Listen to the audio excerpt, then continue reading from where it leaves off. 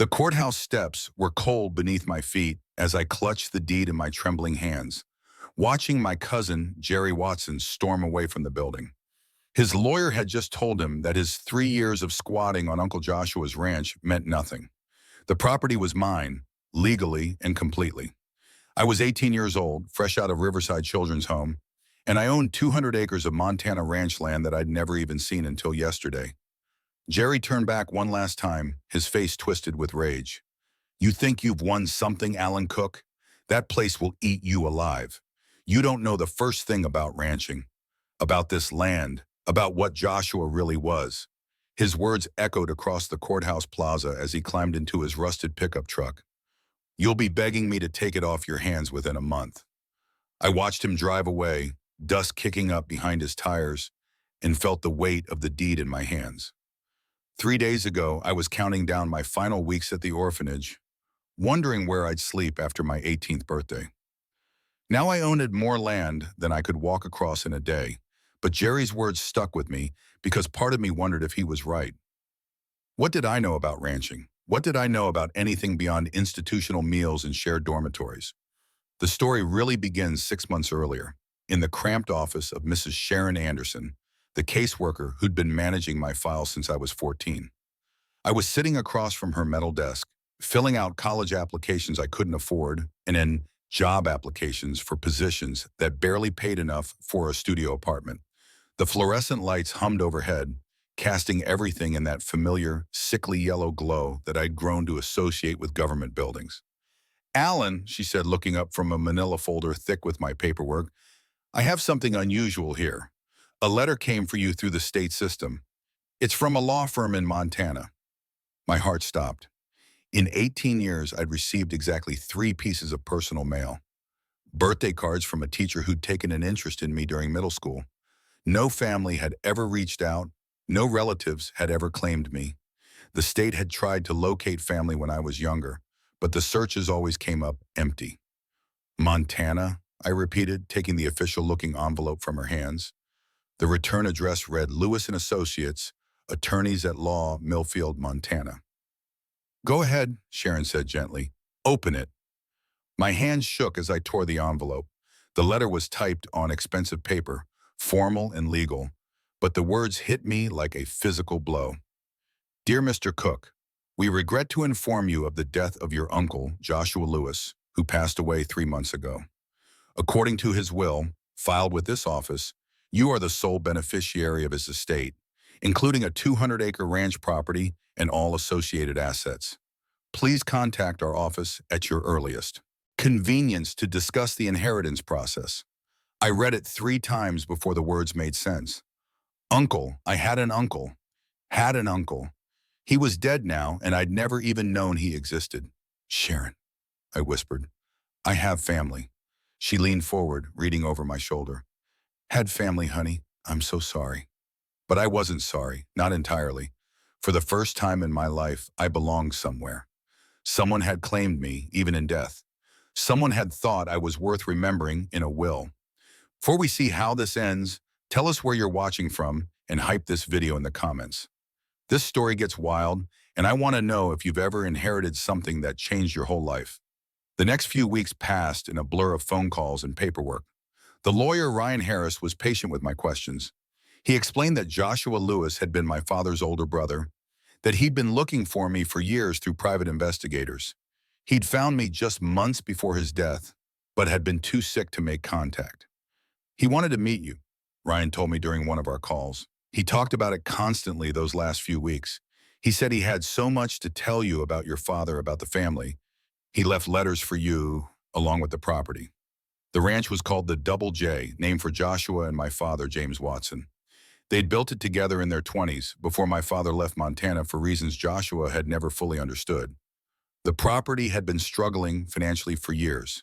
Joshua had been sick, unable to maintain it properly, and there were debts against the land. "There's another complication," Ryan admitted during our final phone call before I left the orphanage. "Your cousin Jerry Watson has been living on the property since Joshua's death. He claims Joshua promised him the ranch verbally, and he's been maintaining it, such as it is. He's not happy about the will." I should have been worried, but I wasn't. I was too excited about the possibility of having a place to belong, a family connection, even if it was complicated. The day I aged out of Riverside Children's Home, I took my single duffel bag and climbed onto a Greyhound bus heading west. The bus ride took 18 hours, winding through landscapes I'd only seen in movies, mountains and plains, small towns that looked like postcards. I pressed my face to the window like a little kid, watching America roll by. Other passengers got on and off, but I stayed glued to my seat, afraid that if I moved, this whole thing might turn out to be a dream. Millfield, Montana was smaller than I'd imagined. The bus depot was just a bench outside a gas station. Ryan Harris was waiting for me, a tall man in his 50s with kind eyes and a firm handshake. "You look like your father," he said, loading my bag into his truck. Joshua always said James had those same dark eyes, that same stubborn jawline. The drive to the ranch took 20 minutes through rolling hills and endless sky. Ryan filled me in on the details. The property included a main house, a barn, several outbuildings, and grazing land that hadn't seen cattle in 2 years. There was debt, but not insurmountable if the ranch could be made profitable again. "Jerry's been living in the main house," Ryan explained. "He's not a bad kid, just angry and lost. His father died when he was young, and Joshua was like a second father to him. He can't understand why Joshua left everything to someone he'd never met." "Maybe I can work something out with him," I said. "Share the property or something." Ryan glanced at me with a mixture of admiration and concern. "You're more generous than most 18-year-olds would be. But Jerry's not in a sharing mood right now." We turned down a gravel road marked by a weathered wooden sign, Double J Ranch. My heart hammered as we drove between fence posts that needed repair, past fields overgrown with weeds. Then I saw the house. It was a 2-story farmhouse with a wraparound porch, painted white but faded to gray in places. The barn behind it was massive, red with white trim, though some of the boards were warped and pulling away. Everything looked tired but solid, like it just needed someone to care about it again. A pickup truck was parked in front of the house, and a young man about my age was sitting on the porch steps. Jerry Watson. He stood as we approached, and I could see the family resemblance immediately. We had the same build, the same dark hair, though his was longer and unkempt. But where my eyes held hope, his burned with resentment. "So you're the long-lost nephew," he said as I got out of the truck. His voice was flat, hostile. "Come to claim your inheritance." "I'm Alaman," I said, extending my hand. He ignored it. "I know who you are. Question is, do you know what you're getting into? This place is falling apart. Joshua spent the last 2 years too sick to work it properly. There's debt up to the rafters, and the bank's been sniffing around." Ryan stepped forward. "Jerry, we've discussed this. The will is legal and clear. The will doesn't know that I've been the one fixing fences and feeding what's left of the livestock for 3 months. The will doesn't know that I buried Joshua when he died alone in that house because his precious nephew was nowhere to be found." The words stung because they were partially true. I hadn't been there when Joshua needed family, but I hadn't known he existed. "I'm sorry," I said quietly. "I'm sorry I wasn't here, and I'm sorry you had to handle everything alone. But I'm here now, and I want to make this work." Jerry laughed bitterly. "Make it work? Kid, you've probably never seen a cow up close, let alone run a ranch. This isn't some fantasy where you ride off into the sunset. This is hard work, dawn to dusk, every single day. This is knowing when to plant, when to harvest, how to fix machinery that's older than you are. This is dealing with drought and disease, and market prices that change with the wind." He was right, of course. I didn't know any of those things, but I knew how to work hard. I knew how to learn, and I knew what it felt like to have nowhere to belong. "Then teach me," I said. Jerry stared at me for a long moment, then shook his head. "You don't get it. I'm not staying to babysit some city kid who thinks he can play cowboy. I'm leaving, and I'm taking what's rightfully mine." "Jerry," Ryan warned it down, "we've been through this. You can't take anything that belongs to the estate." "Watch me." Jerry stomped into the house and emerged 10 minutes later with a duffel bag and a wooden box. These were Joshua's personal things: pictures, letters, his father's pocket watch, family things. "Those belong to Alan now," Ryan said firmly. "Family things belong to family. And I'm the only family Joshua had who was here when it mattered. The words hit harder than Jerry probably intended. He threw his bag into his truck and climbed in. But before he drove away, he rolled down the window. You want some free advice, cousin? Sell this place to the developers who've been circling like vultures. Take the money and go back to wherever you came from. This land will break you, just like it broke Joshua, just like it broke your father. He drove away in a cloud of dust, leaving me standing in front of a house that was legally mine but felt completely foreign. Ryan put a hand on my shoulder. Don't let him get to you. Jerry's hurting, and hurt people lash out. Give him time. But as we walked through the house that evening, I began to understand Jerry's anger. Every room held evidence of Joshua's life, and by extension, my father's. Photographs on the mantelpiece showed two young men building fences, breaking horses, celebrating harvest seasons. Joshua and James, brothers and partners, before something drove them apart. The house was clean but sparse. Joshua had lived simply, and his illness had clearly taken a toll. Medical bills were stacked on the kitchen table alongside ranch expenses and bank statements. The numbers weren't encouraging. He mortgaged the property to pay for treatments, Ryan explained. The good news is that the land is worth more than the debt, especially with development pressure in the area. The bad news is that you'll need to generate income quickly to keep up with payments. That night, alone in the house for the first time, I sat on the porch and tried to process everything. 3 days ago, I'd been an orphan with no prospects and no family history. Now I owned a ranch, had a cousin who hated me, and was responsible for preserving something that 2 generations of my family had built. The silence was overwhelming. I'd never experienced quiet like this. No roommates talking, no institutional noises, no city sounds, just wind in the grass and the distant lowing of cattle I couldn't see. It should have been peaceful, but it felt lonely. I found the letters the next morning in a wooden box on Joshua's desk. My name was written on the outside in shaky handwriting. Inside were dozens of pages, some typed, some handwritten, all addressed to me. Dear Alan, for trying one onion, the first one began. I don't know if I'll ever have the courage to send these letters, or if you'll want to hear from an uncle you never knew existed. But I need to tell you about your father, about our family, about the mistakes I made that kept us apart. I spent the entire day reading. Joshua wrote about growing up with my father on the ranch their grandfather had started. They'd been best friends as well as brothers, working side by side to expand the operation and modernize it. But they disagreed about the future. James wanted to see the world, to experience life beyond Montana's borders. Joshua wanted to preserve the family legacy and to stay rooted to the land. The fight that drove James away was my fault, Joshua wrote. I was stubborn and proud, and I said things I could never take back. I told him that if he left, he wasn't welcome back. I thought it would make him stay. Instead, it made him disappear completely. My father had left Montana at 22 and never returned. He'd met my mother in California, worked construction, and died in an accident when I was 2. My mother had died a year later, and I'd entered the system with no known relatives because James had never told anyone about his family back home. I've been looking for you since I learned about James's death 15 years ago, Joshua continued. Private investigators, internet searches, working with social services in different states. I never stopped hoping I'd find you someday, that I could tell you how sorry I am for the pride that cost me my brother and kept me from knowing you. The final letter was dated just weeks before Joshua's death. I'm running out of time, Alan, and I still haven't found the courage to contact you directly. What if you don't want to know me? What if you're happy where you are and don't need a dying old man's regrets? But I'm leaving you the ranch because it belongs to you by right. Your father built this place as much as I did.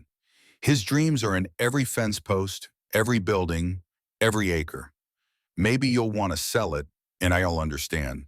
But maybe if you're anything like James, you'll see what we saw in this land. Maybe you'll want to stay. I cried reading those letters, sitting alone in a kitchen that smelled like coffee and old wood. I cried for the uncle I'd never meet, for the father I barely remembered, for all the years of family connection I'd missed, but I also felt something I'd never experienced before. I felt like I belonged somewhere. The next few days were a crash course in rural reality. I walked the property boundaries, trying to understand what I'd inherited. The land was beautiful, rolling hills that stretched to distant mountains, but it was also clearly struggling. Fences needed repair, outbuildings needed maintenance, and the few remaining cattle looked thin. I drove into town to introduce myself and get supplies. Millfield's main street was 3 blocks long, anchored by a feed store, a diner, and a bank. Everyone seemed to know who I was before I introduced myself. "You're Joshua's nephew," said the woman behind the counter at Miller's Feed and Supply. Her name tag read Emma Brooks, and she had kind eyes but a cautious smile. "Sorry for your loss. Joshua was a good man." "Thank you. I'm trying to figure out what the ranch needs to get back on his feet." Emma studied me for a moment. "You ever worked cattle before?" "No, ma'am." "Ever fixed a fence?" "No." "Ever operated a tractor?" "No." She nodded slowly. "Well, at least you're honest. Most city folks come in here acting like they know everything. You want some advice?" "Please, Emma, please. Find someone local to help you. This isn't something you can learn from YouTube. And don't let Jerry's attitude fool you. He knows this land, knows ranching. If you could swallow your pride and he could swallow his, you might both benefit." But swallowing pride seemed to be a family weakness. Jerry had made it clear he wanted nothing to do with me, and I was too stubborn to chase after someone who'd made their feelings so obvious. Instead, I threw myself into learning. I bought books on ranching, watched online videos, and started tackling the most obvious problems. I spent days repairing fence lines, my hands blistered and my back aching. I cleaned out water troughs and repaired gates. It was harder work than anything I'd ever done, but it felt purposeful in a way that nothing in my life ever had. The isolation was the hardest part. Days would pass without seeing another person. I'd grown up surrounded by people, even if they weren't family. The silence of the ranch was both peaceful and oppressive. 2 weeks into my new life, I was struggling to fix a section of fence when a truck pulled up. Jerry climbed out, but his expression was different. Less hostile, more resigned. "You're doing that wrong," he said without preamble. I straightened up, wiping sweat from my forehead. "I'm sure I am. I'm doing most things wrong. That post isn't set deep enough. First strong wind will knock it over." He walked over and examined my work. "And you're using the wrong gauge wire." "Okay," I said. "Show me the right way." He looked surprised by my response. Maybe he'd expected me to get defensive or argue. Instead, I handed him the tools and stepped back.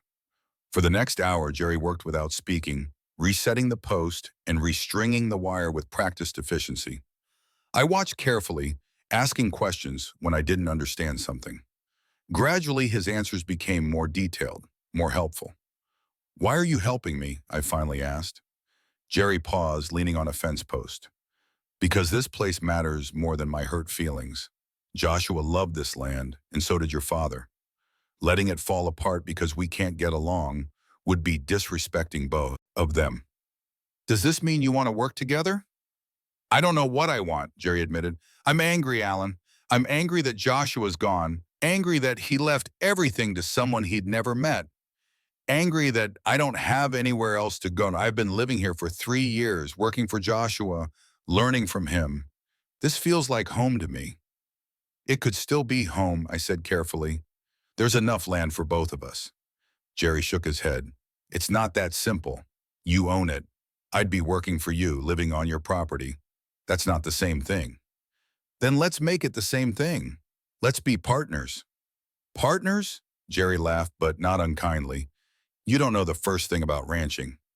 "But you do, and I'm willing to learn. I'll work as hard as you do. I'll take direction, and I'll split everything 50-50.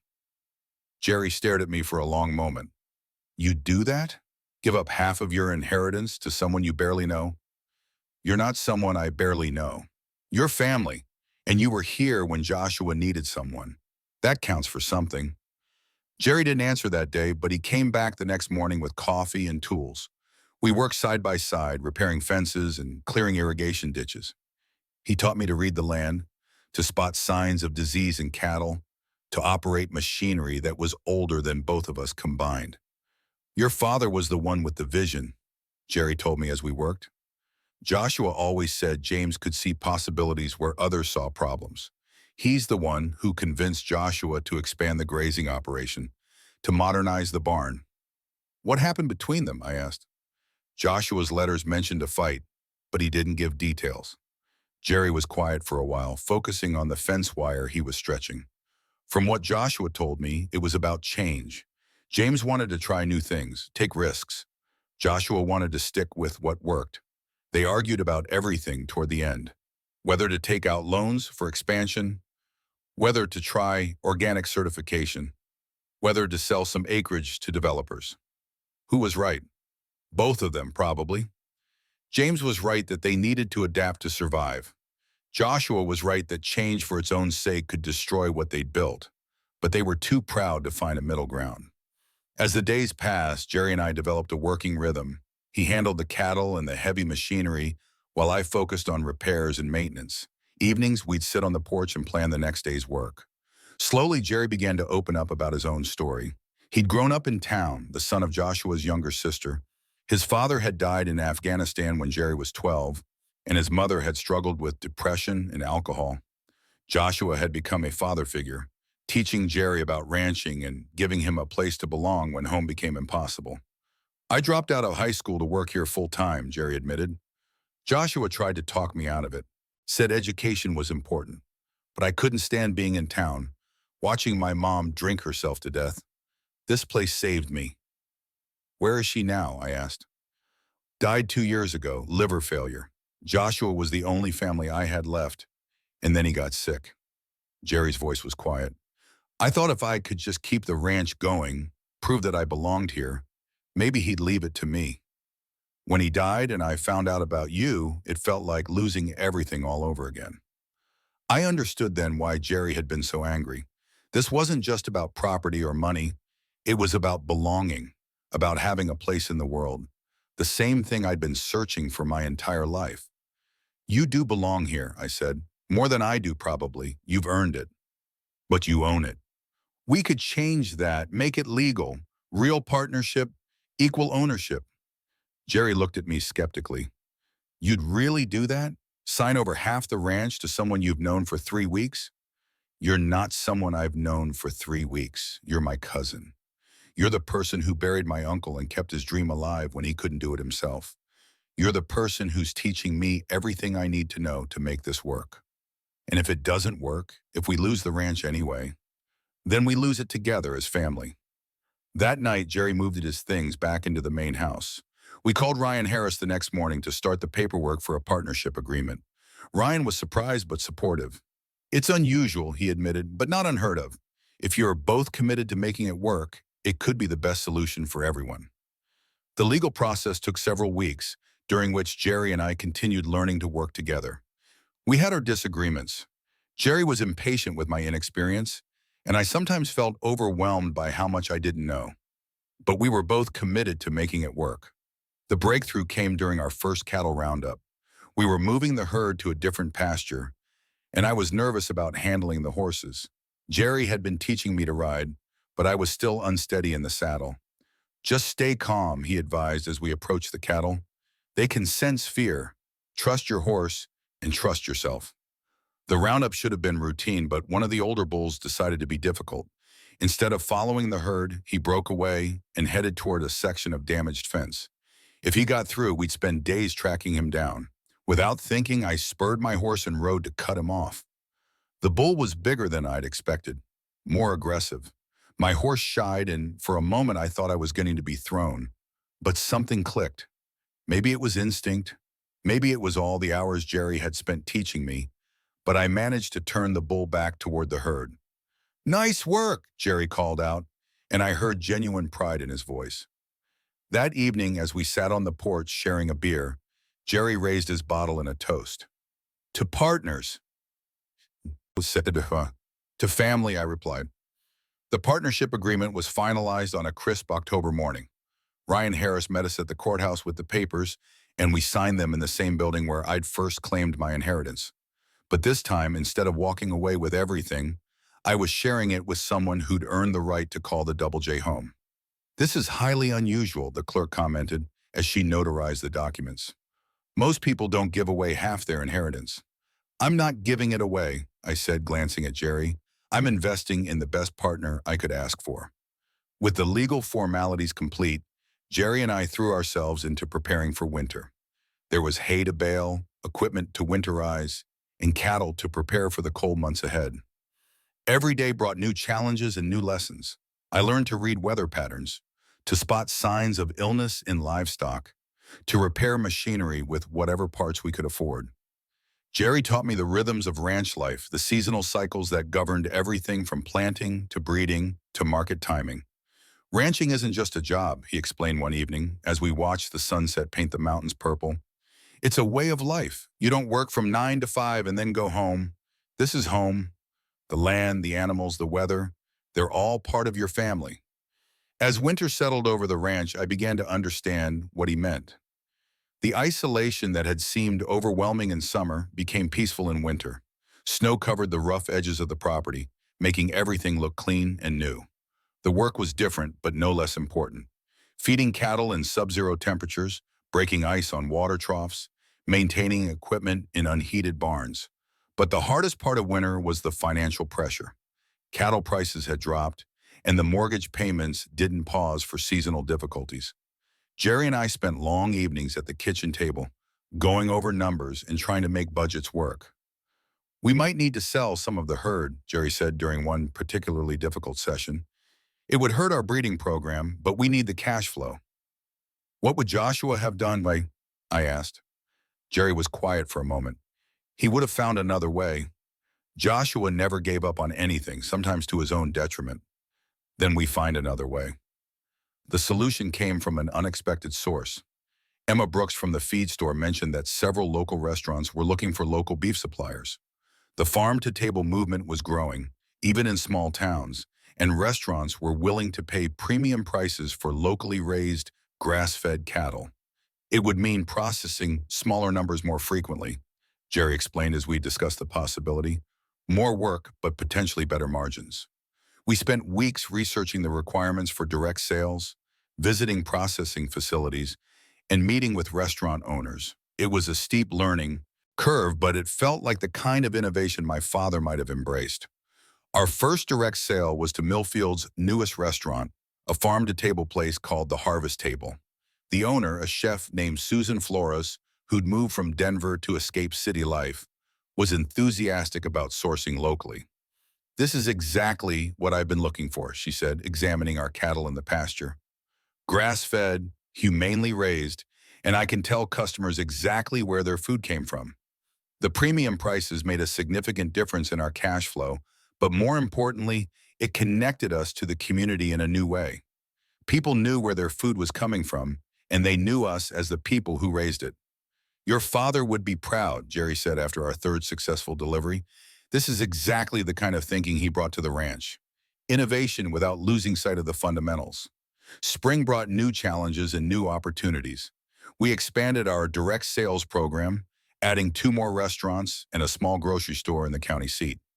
The extra income allowed us to make improvements to the property, fixing things that had been neglected during Joshua's illness. But the real transformation was in Jerry and me. We'd learned to work together, to trust each other's judgment, and to communicate through the inevitable disagreements that came with any partnership. More importantly, we'd become the family that neither of us had growing up. You know what I realized, Jerry said one evening as we watched cattle graze in a pasture we'd reseeded together? I spent so much time being angry about losing Joshua that I almost missed gaining a brother.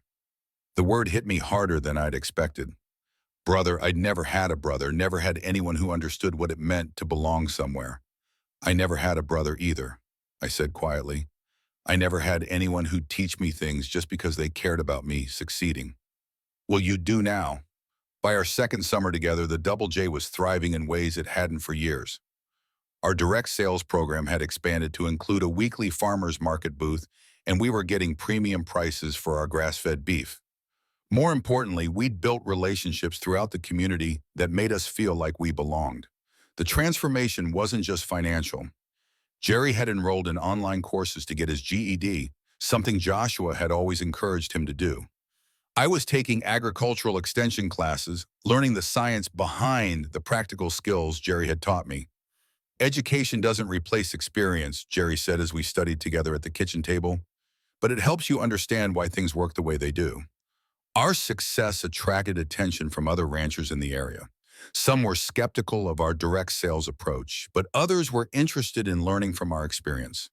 We started hosting informal gatherings where local ranchers could share ideas and strategies. This is what community should be, said Karen Hernandez, who ran a sheep operation 20 miles south of us.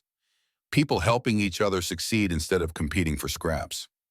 The gatherings grew into something more formal. We organized a local ranchers cooperative, pooling resources for bulk feed purchases and sharing marketing costs for the farmers market. It was the kind of collaboration that benefited everyone involved. But the real measure of our success came during our second winter, when a blizzard knocked out power for 3 days and temperatures dropped to 20 below zero. Without electricity, we had to break ice by hand and haul water to cattle in sub-zero conditions. It was exhausting, dangerous work. This is the test, Jerry said as we prepared for the third day of manual labor. This is what separates the people who belong on the land from the people who are just playing at it. I thought about his words as I hauled buckets of water through knee-deep snow, my face numb with cold and my muscles aching. 2 years ago, I would have been sitting in a heated dormitory, complaining about cafeteria food and wondering what I'd do after aging out of the system. Now I was fighting to keep cattle alive in conditions that would have terrified my younger self. But I wasn't terrified. I was tired and cold and worried about the animals, but I knew what needed to be done and I knew how to do it. More importantly, I wasn't doing it alone. Jerry was beside me every step of the way, and we were both committed to whatever it took to protect what we'd built together. When the power came back on and the temperatures rose, we'd lost only 2 older cattle to the cold. Other ranchers in the area hadn't been as fortunate. Our preparation and teamwork had made the difference. You've become a real rancher, Jerry said as we surveyed our herd in the aftermath of the storm. Not because you know all the technical stuff, though you're learning that too, but because you understand what it means to be responsible for something bigger than yourself. That spring, we received an offer that tested everything we'd learned about partnership and family. A development company wanted to buy the ranch for 3 times what it was worth as agricultural land. They planned to build a resort and golf course, taking advantage of the mountain views and proximity to recreational areas. It's a lot of money, Jerry said as we reviewed the offer. Enough to set us both up for life, buy smaller places somewhere else if we wanted to keep ranching. What do you think we should do? Jerry was quiet for a long time, looking out at the pastures where our cattle grazed. 2 years ago, I would have said, take the money. I was angry and hurt, and I didn't see a future here. But now this feels like home. Not just the land, but what we've built on it. The relationships with our customers, the cooperative with other ranchers, the way we've honored Joshua's memory while making the place our own. I felt the same way. The money was tempting, but it couldn't replace what we created here. The Double J wasn't just a business or an investment. It was our family legacy, our connection to the past, and our investment in the future. Let's turn them down, I said. You sure it's your inheritance we're talking about? It's our ranch we're talking about, and our home. We rejected the offer that afternoon, and I felt more certain about that decision than anything I'd ever done in my life. The developers didn't give up easily. Over the next few months, they increased their offer twice and sent representatives to pressure us about the economic benefits of development. They pointed out that ranching was a declining industry, that young people were leaving rural areas for cities, that we were fighting a losing battle against economic reality. They're not entirely wrong, Jerry admitted, after a particularly persistent sales pitch. Ranching is getting harder. Climate change, market pressures, competition from industrial operations. A lot of family ranches are going under. But not all of them, I said, and not us. We've proven we can adapt, find new markets, work with the land instead of against it. You really think we can make this work long term? I think we can make it work as long as we're willing to keep learning and changing. The land will be here long after we're gone. Our job is to take care of it while it's in our hands and pass it on in better condition than we found it. That conversation led to a decision that would define the ranch's future. We worked with a land trust organization to place a conservation easement on the property, legally protecting it from development in perpetuity. In exchange, we received tax benefits that improved our financial position and grants for sustainable agriculture practices. This means the land will always be a ranch, the land trust representative, Cynthia Wright, explained as we signed the papers. Your children and grandchildren will have the choice to continue ranching, but they'll never be pressured to sell to developers. Children and grandchildren. The words hit me unexpectedly. I'd never thought seriously about having a family of my own, partly because I'd never had a stable place to raise children. But now, looking out at the land that would be protected forever, I could imagine little kids learning to ride horses, helping with chores, carrying on the family tradition. You okay? Jerry asked, noticing my expression. Just thinking about the future, I said. About family. Speaking of family, Jerry said with a grin, I've been meaning to tell you something. I've been seeing someone. Really? Who? Emma Brooks, from the feed store. We've been having coffee after the farmer's market for the past few months. I laughed, realizing I should have seen it coming. Emma had been asking a lot of questions about Jerry lately, and he'd been finding excuses to go to town more frequently. That's great, Jerry. She's good people. She is, and she understands the ranch life, understands what it means to be tied to the land and the community. Think it's serious? Jerry's grin got wider, serious enough that I'm thinking about asking her to marry me. Jerry, that's fantastic. I wanted to make sure you were okay with that first. I mean, this is your house too, and if Emma and I get married, she'd be living here. Are you kidding? I'd love to have Emma as part of the family. Besides, this place is too big for just the two of us. Jerry's wedding to Emma that fall was a community celebration. The ceremony was held in the pasture behind the house, with the mountains as a backdrop and half the county in attendance. Emma wore her grandmother's dress, and Jerry wore his best jeans and a new shirt. It was simple and perfect. Welcome to the family, I told Emma during the reception, which was held in the barn we'd spent months cleaning and decorating. Thank you for making me feel so welcome, she replied. Jerry's told me how much having you here has meant to him, how you've become the brother he never had. He's been the same for me. I never knew what family felt like until I came here. Emma settled into ranch life as if she'd been born to it. She brought new energy to the operation, suggesting improvements to our farmers market setup and helping us develop relationships with more restaurants. She also brought something I hadn't realized we were missing: a woman's perspective on making the ranch house feel like a home. This place needs some attention, she announced the week after the honeymoon, surveying the kitchen with a critical eye. It's functional, but it's not comfortable. It doesn't feel like a place where people live. It feels like a place where people just sleep between work shifts. Over the winter months, Emma transformed the house. She painted walls, hung pictures, added comfortable furniture to the living room. She planted a garden that would provide fresh vegetables for the kitchen and flowers for the table. Most importantly, she made the house feel like a place where family gathered, not just a place where tired ranchers collapsed at the end of the day. This is what Joshua always wanted, Jerry said one evening as we sat around the dinner table Emma had insisted we use instead of eating standing up in the kitchen.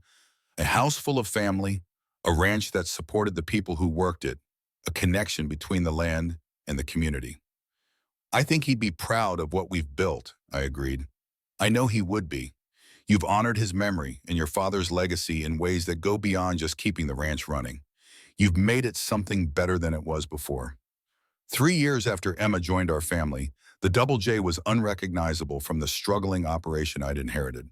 Our direct sales program supplied beef to restaurants within a 50-mile radius. Our farmers market booth was so popular that we often sold out before noon. The Ranchers Cooperative we'd helped start had grown to include 12 operations and was negotiating group contracts with regional distributors. But the most important changes weren't financial. The ranch had become a gathering place for the community. We hosted the cooperative's monthly meetings, seasonal celebrations, and educational workshops for people interested in sustainable agriculture. The house that had felt so empty when I first arrived is now regularly filled with friends and neighbors. You know what I love most about this place? Emma said one evening as we watched the sunset from the porch, something that had become a family tradition. It's not just that we're successful, though we are. It's that we're contributing to something bigger than ourselves. She was right. The ranch had become part of a network of relationships that strengthened the entire community. Our success helped other ranchers succeed. Our customers knew they were supporting local agriculture and sustainable practices. The land trust partnership had inspired other ranchers to consider conservation easements. Your father and Joshua started something here, Jerry added. But what we've built goes beyond what either of them probably imagined. We've proven that small-scale agriculture can thrive if it's done thoughtfully and if it's connected to community. That winter brought news that tested our commitment to community over profit. The development company that had tried to buy our ranch was now targeting our neighbors. They had already purchased 2 properties and were making aggressive offers to others. If enough ranches sell, it won't matter that we're protected. Emma pointed out during one of our evening discussions, we'll be surrounded by development, dealing with increased traffic, noise, and all the problems that come with turning agricultural land into resort communities. What can we do about it? I asked. We can help our neighbors understand their options, Jerry said. Not everyone knows about conservation easements or land trusts. Not everyone realizes there are alternatives to selling to developers. We organized a series of community meetings, bringing in experts on land conservation, sustainable agriculture, and rural economic development. The meetings were well attended, and several ranchers expressed interest in exploring alternatives to development. But we also learned that some of our neighbors were facing financial pressures that made development offers hard to refuse. Drought had hurt cattle operations. Market prices were volatile. Some ranchers were approaching retirement with insufficient savings and saw land sales as their only option for financial security. We need to find ways to help people stay on the land if that's what they want, Emma said after a particularly emotional meeting where an older rancher had talked about feeling forced to sell the ranch his family had operated for 4 generations. The solution came through our land trust partners. They helped us develop a program that provided financial assistance to ranchers who wanted to place conservation easements on their property. The program offered upfront payments for development rights, allowing ranchers to access the equity in their land without selling it for development. It's not a perfect solution, Cynthia Wright admitted as we worked out the details, but it gives people options they didn't have before, and it protects the rural character of the area for future generations. 5 ranches in our area participated in the first year of the program, protecting over 2,000 acres from development. The success attracted attention from other rural communities facing similar pressures. You've become advocates for something bigger than your own ranch, Cynthia told us during a celebration dinner at the harvest table. You're showing people that there are ways to honor the past while adapting to the future. But the real validation came from an unexpected source. Jerry and I were fixing fence on a spring morning when a truck pulled up that I didn't recognize. An older man got out, someone I'd never seen before but who looked familiar in a way I couldn't place. "You must be Alan," he said, extending his hand. "I'm James Watson, Jerry's great uncle, Joshua's cousin." I stared at him, trying to process the introduction. More family. After growing up with no relatives, I was still getting used to the idea that there were people in the world who shared my blood. "James has been living in California for the past 30 years, Jerry explained. He just moved back to Montana. "I heard about what you boys have done with the Double J," James said, looking around at the well-maintained fences and healthy cattle. "Joshua would be proud. Hell, your father would be proud too, Alan." "You knew my father?" "Knew him? I was his best man at his wedding to your mother. I was the one who convinced him to leave Montana in the first place, to see what the world had to offer beyond these hills." My heart stopped. Here was someone who had known both my parents, who could tell me things about my father that even Joshua's letters hadn't contained.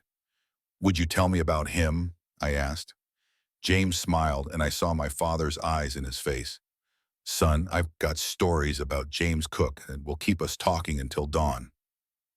James Watson stayed for dinner that night, and Emma insisted he stay in the guest room we'd added to the house.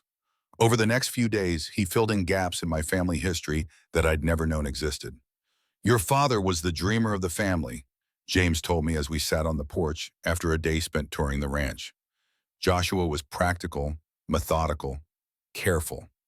James was the one who saw possibilities everywhere. He's the one who convinced Joshua to try new breeds of cattle, to experiment with different grazing rotations, to think about marketing directly to consumers. But he left, I said. He walked away from all of it. He didn't walk away from the ideas, James corrected. He walked away from the limitations. Joshua wanted to implement James's ideas slowly, carefully, with minimal risk. James wanted to move faster, take bigger chances. They both had valid points, but they couldn't find a way to compromise. What was he like? As a person, I mean. James smiled, and for a moment his eyes got distant. He was generous to a fault, always helping neighbors, always ready to lend a hand or offer advice. He was funny too, could make anyone laugh, even in difficult situations. And he was stubborn as a mule when he believed in something. Sounds familiar, Jerry said with a grin. The apple doesn't fall far from the tree, James agreed. But James also had a restless spirit. He needed to see what was beyond the next hill, beyond the next state. Montana felt too small for him, at least when he was young. Do you think he would have come back eventually? I know he would have. He talked about it constantly after you were born. He wanted you to know where you came from, wanted to show you the land your family had built. He was planning a trip back to Montana when he died. The revelation hit me hard. My father had been planning to bring me home. If he'd lived, I might have grown up on the Double J, might have known Joshua, might have had the childhood that Jerry had experienced. Don't torture yourself with what-ifs, James said gently, reading my expression. Your path brought you here when you were ready, when you could appreciate what this place means. Maybe that's how it was supposed to happen. James stayed for 2 weeks, sharing stories and helping with ranch work despite being in his 70s. But more than that, he helped me understand my place in the family history. You've done something remarkable here, he told me on his last evening. You've taken the best of what Joshua built and the best of what James dreamed about, and you've made something new, something that honors the past while embracing the future. We've all done it together, I said, gesturing toward Jerry and Emma, who were cleaning up after dinner. That's the most remarkable part. You've created the family that this place always needed. Not just blood relatives, but people who are committed to each other and to the land. After James left, returning to his new home in Billings with promises to visit regularly, I found myself reflecting on how much had changed since I'd first arrived at the Double J. I'd come looking for a place to belong, and I'd found not just a home, but a purpose. The ranch was thriving financially, but that wasn't the real measure of success. The real success was in the relationships we'd built, the community we'd strengthened, the land we'd protected. We'd proven that small-scale agriculture could be sustainable and profitable when it was connected to community and guided by long-term thinking. You know what I want to do? I told Jerry and Emma one evening as we sat on the porch watching cattle graze in the pasture where Jerry and I had first worked together. What's that? Emma asked. I want to start a program for kids aging out of foster care. Give them a chance to learn about agriculture, about working with the land. Not everyone will want to be a rancher, but everyone can benefit from understanding where food comes from and what it means to be responsible for something bigger than yourself. Jerry grinned. Your father's idealism combined with Joshua's practicality. I like it. We'd need to work with social services, maybe partner with the Agricultural Extension Program, Emma added, already thinking through the logistics. But this place could be perfect for that kind of program. We've got the space, the knowledge, and the community support, I said. And we've got the experience of what it means to find family when you thought you didn't have any. The program started small the following summer. 3 teenagers from the state system spent 6 weeks on the ranch, learning basic agricultural skills and helping with daily operations. 2 of them returned to their previous lives with new perspectives on rural communities and sustainable agriculture. The third, a 17-year-old named Ryan Harris, asked if he could stay. This is the first place I've ever felt like I belonged, he told me as his 6 weeks were ending. I know I don't know much about ranching yet, but I'm willing to learn. I'm willing to work as hard as you need me to work. I looked at Jerry, who nodded with a smile. We've been talking about hiring additional help as the operation continued to grow. Welcome to the family, Ryan, I said.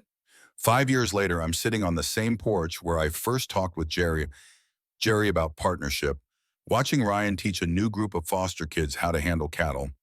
The Double J now hosts a dozen young people each summer through our mentorship program, and 3 former participants have stayed on to work full-time. Emma and Jerry's first child, a daughter they named Jessica after my father, is toddling around the yard, already fascinated by the horses and cattle that are part of her daily life. She'll grow up knowing exactly where she belongs, surrounded by family and rooted in land that will be protected forever. The ranch itself has continued to evolve. We've added solar panels and wind generation, making us energy independent. Our direct sales program now includes an online component that ships our beef to customers across the region. We've partnered with the state university to conduct research on sustainable grazing practices and climate adaptation strategies. But the most important changes aren't visible in balance sheets or business plans. They're in the relationships we've built, the community we've strengthened, the young people we've helped find their way. The ranch has become what Joshua and my father always dreamed it could be, a place where family and land and community support each other across generations. Last month, we received another development offer, this one for 4 times what the ranch was worth when I inherited from it. Jerry and I didn't even discuss it seriously. The land trust easement makes development impossible anyway, but more than that, we've built something here that can't be measured in dollars. Do you ever wonder what your life would have been like if you'd never gotten that letter? Emma asked me recently as we watched Jessica play in the garden Emma had expanded every year. Sometimes, I admitted, but I can't imagine being anywhere else now. This is home in a way that nowhere else ever was or ever could be. What do you think Joshua would say if he could see the place now? I thought about the letters I still read sometimes, about the uncle I'd never met who'd spent his final years searching for the family he'd lost through pride and stubbornness. I think he'd say we'd honored the legacy while making it our own. I think he'd be proud that we'd found a way to keep the land in the family while opening our family to include people who needed a place to belong. As I finish telling you this story, I'm reminded that family isn't just about blood relations or legal documents. It's about the people who choose to stand with you, who share your values and your commitment to something bigger than individual success. It's about creating a place where people can belong, where they can contribute their talents and efforts to something meaningful. The Double J Ranch taught me that home isn't just a place you come from, it's a place you help create. It's not just about inheriting something from the past, it's about building something for the future. And it's not just about finding where you belong, it's about creating belonging for others who are still searching. If you've made it this far in my story, I'd love to hear about your own experiences with family, with finding where you belong, with inheriting something unexpected, whether that's property or responsibility or opportunity. Leave a comment below and let me know where you're watching from and what this story meant to you. And if you know someone who might benefit from hearing about second chances and found family, please share this video with them. The ranch will be here long after I'm gone, protected by the conservation easement and sustained by the community we've built around it.